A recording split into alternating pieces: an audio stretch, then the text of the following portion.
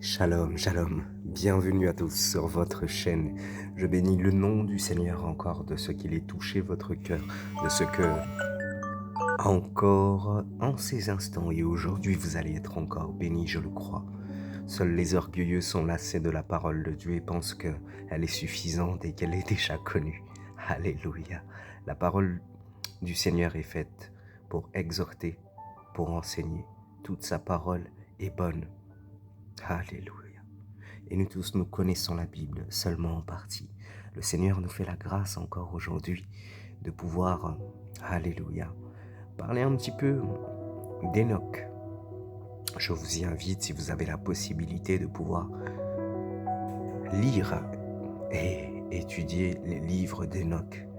Et nous allons voir les prédictions du jugement dernier.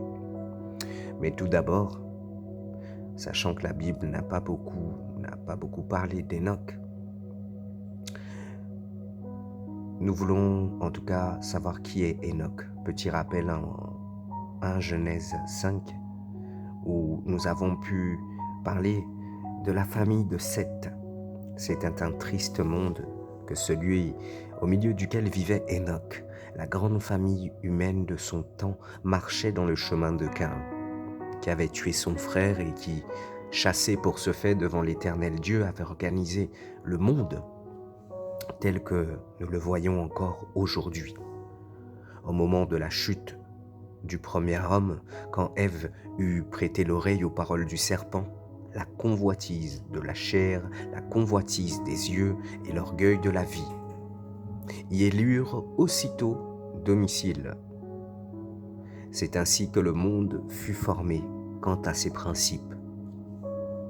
Exclu de la présence de Dieu, Caïn l'organisa en bâtissant la première ville et réunit ainsi les hommes en société avec les bienfaits des richesses de l'industrie, des arts et des plaisirs. Cette ville eut sans doute sa religion, car Caïn était un homme religieux à sa façon. Genèse 4, verset 3. Or, quelle différence, je le demande, y a-t-il entre ce monde-là et le monde actuel? Sinon, aujourd'hui, le monde est pleinement manifesté comme ennemi de Dieu à la suite du meurtre et du rejet, non pas d'Abel, mais du Fils de Dieu lui-même. Au temps d'Enoch, bien des centaines d'années après le meurtre d'Abel, le mal s'était considérablement développé sur terre. Les hommes étaient devenus impies, bravant ouvertement les lois de Dieu. Leurs paroles, leurs œuvres portaient cette empreinte. Quelques siècles encore et la terre entièrement corrompue et pleine de violence sera mûre pour le jugement. L'histoire de l'homme a donc eu ses phases jusqu'au déluge. Elle en parcourt de nouvelles, du déluge final par le feu. La famille d'Abel, Caïn, détruite autrefois, revit dans ses caractères moraux depuis la croix de Christ.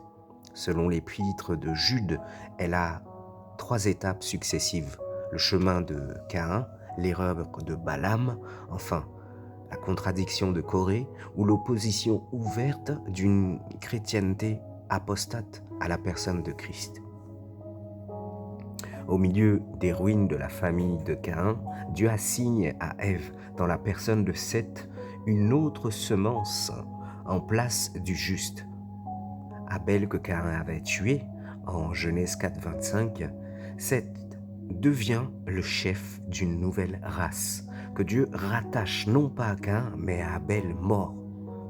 Il forme avec ses descendants comme une résurrection d'Abel, le juste. Caïn était du méchant, c'est ce que nous dit 1 Jean 3, 12. Sa famille était devenue la semence du serpent. Genèse 3, 15. Mais Dieu soit loué, la mort d'Abel, comme plus tard celle de Christ, a porté des fruits. Il y eut alors, alléluia, il y a encore dans le monde une famille de Dieu, créée et conservée par lui-même. Nous avons vu ce qui caractérise la famille de Caïn. Voici les traits moraux de celle de Seth. Il nous est dit qu'il lui naquit un fils et il l'appela son nom Énoch, qui signifie homme mortel.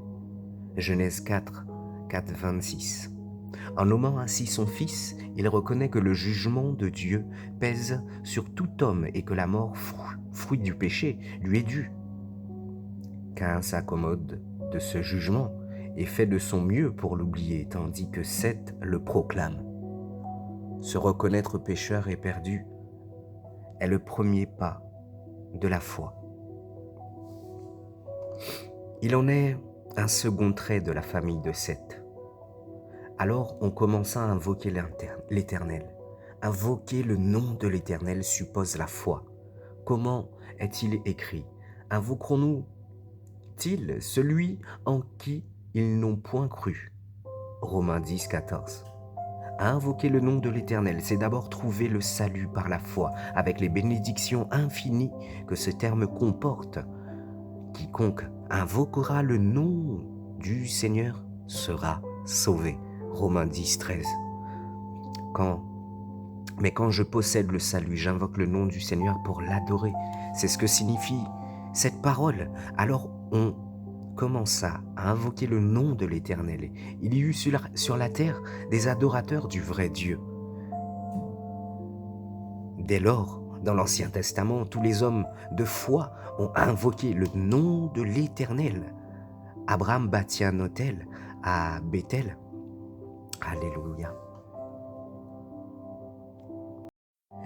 Et il invoque le nom de l'Éternel. Genèse 12, 8.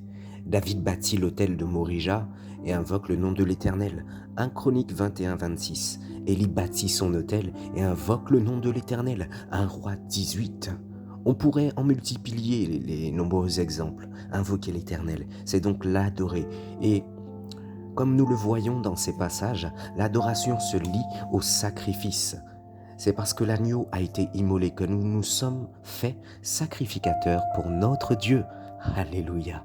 L'agneau immolé est lui-même le sujet de notre culte devant Dieu. Nous avons un autel. Offrons donc par lui sans cesse à Dieu un sacrifice de louange.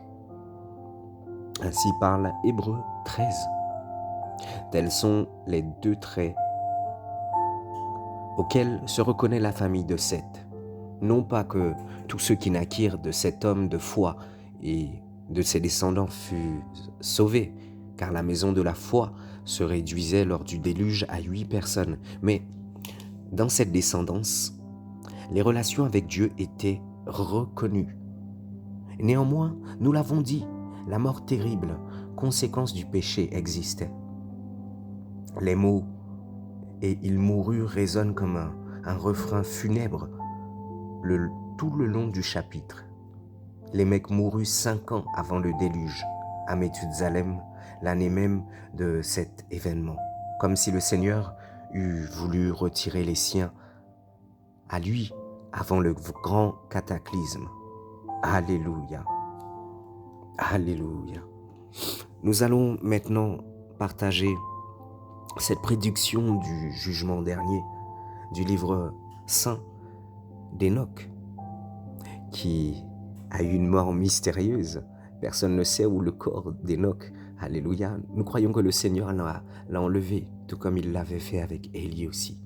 Un homme de foi, Enoch. Nous allons partager la prédiction du jugement dernier, du livre d'Enoch, homme de foi. La parole de bénédiction d'Enoch. Parole de bénédiction d'Enoch. Comment il bénit les élus et les justes qui vivront au jour de l'affliction pour repousser tous les méchants et les impies, tandis que les justes seront sauvés. Enoch prit donc la parole et prononça sa parabole. Il dit, lui, l'homme juste dont les yeux ont été ouverts par le Seigneur et qui a vu la vision du Saint qui est dans les cieux, que m'ont montré les anges. J'ai tout appris d'eux et j'ai compris, moi, ce que je voyais. Et ce n'est point pour cette génération, mais pour celle qui vient. celle lointaine. Je crois qu'Enoch parle de nous. Nous vivons les temps de la fin, les bien-aimés. Il parle de nous. C'est au sujet des élus que je parle, dit-il. À leur sujet que je prononce une parabole. Il sortira de sa demeure le saint et le grand. Alléluia. Le Dieu du monde marchera de là sur la montagne du Sinaï, et il apparaîtra au milieu de son armée. Dans la force de sa puissance, il apparaîtra du haut des cieux, et tous seront dans l'épouvante. Et les veilleurs trembleront. La crainte et un grand tremblement les saisiront jusqu'aux extrémités de la terre. Les hautes montagnes seront ébranlées, et les collines élevées seront abaissées, et elles fondront comme la cire devant la flamme. Et la terre se déchirera, tout ce qui est sur la terre périra, et alors aura lieu un jugement sur toutes choses et sur tous les justes. Au juste, il donnera la paix. Quand nous disons il, le Seigneur donnera la paix et il gardera les élus. Sur eux reposera la clémence. Ils seront tous de Dieu, ils seront heureux et ils seront bénis. Et c'est pour eux que brillera la lumière de Dieu.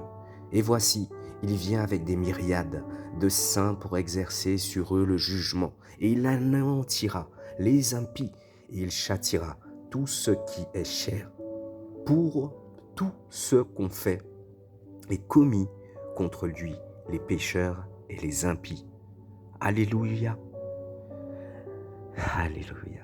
Béni soit le Seigneur encore pour sa parole et pour ce partage merveilleux qu'il nous a donné encore de pouvoir avoir. Je vous invite, et nous pouvons, si vous le souhaitez, n'hésitez pas à commenter, si vous souhaitez qu'on puisse continuer avec des épîtres d'Enoch qui sont très très puissants, très édifiants. Alléluia. Craignons le Seigneur, respectons-le, respectons ses commandements et ses lois, soyons obéissants, soyons humbles. Que mon Dieu nous garde, que mon Dieu nous bénisse, qu'il nous chérisse, qu'il nous fasse du bien. À très bientôt. Soyez bénis au nom de Jésus.